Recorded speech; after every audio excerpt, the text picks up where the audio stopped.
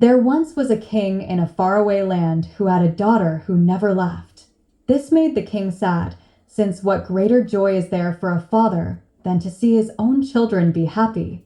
And so, the king sent out a decree to all parts of his kingdom that the first man who could make his daughter laugh would be granted her hand in marriage and be made a prince. And to make it even more certain that somebody would succeed, each man would be given 10 attempts. Well, this obviously generated a huge amount of interest, and pretty soon men from all over the kingdom were lined up outside the castle. There were court jesters, clowns, stand-up comedians, and generally witty people from all walks of life, but none of them had any success whatsoever. Eventually, word of the contest made its way to Stuart, a poor farm boy with a good heart and a collection of truly awful jokes that his father had told him as he was growing up. He knew that none of these groaners were likely to make the princess laugh, but they were the only jokes he knew. And so, he decided to hike into the deepest part of the forest to get advice from the wise old witch of the woods who lived there. It took Stuart many days to find her little hovel, but eventually he did and explained to her his problem.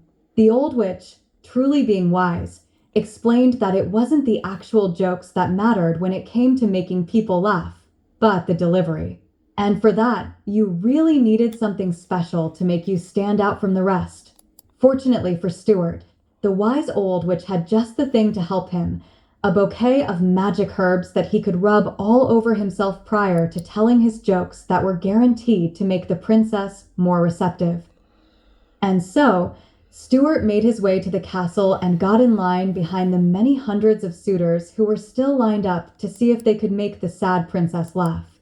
After many hours, just as it was almost his turn, he took the magic herbs out of his pocket and rubbed them all over his body. And then, he was up. Stuart looked at the obviously bored princess, beautiful and resplendent in her ermine-lined satin cape and jeweled tiara, bowed as low as he could, put on his grinniest grin, and began. How can you spot a nosy pepper? It gets jalapeno business. Silence. Did you hear about the guy who tried to kiss his girlfriend in the fog and mist? More silence. What do you call a bee that can't make up its mind? A maybe. Somehow even more silence, even silenter than before. Frantic, Stuart pulled the herbs back out of his pocket and, feigning a cough, rubbed some more on his cheeks. What happens if you cut off a pig's snout? It becomes disgruntled. Further silence, accompanied by a noticeable twitch in the princess's left eye. What do you call an everyday potato? A commentator. Something was definitely wrong here, so Stuart decided to actually take a bite out of the herbs in hopes that somehow it would carry the scent to the princess as he spoke. I once buried somebody alive by mistake. It was a grave mistake. Why did the tomato blush? Because it saw the salad dressing. What type of room has no doors or windows? A mushroom. At this point, the princess's twitch had turned into more of a spasm, and it was accompanied by a glare that would probably peel paint from a wall from 10 paces. Why couldn't they find the famous composer? Because he was Haydn. By now, Stuart had a sinking feeling that things weren't exactly going his way.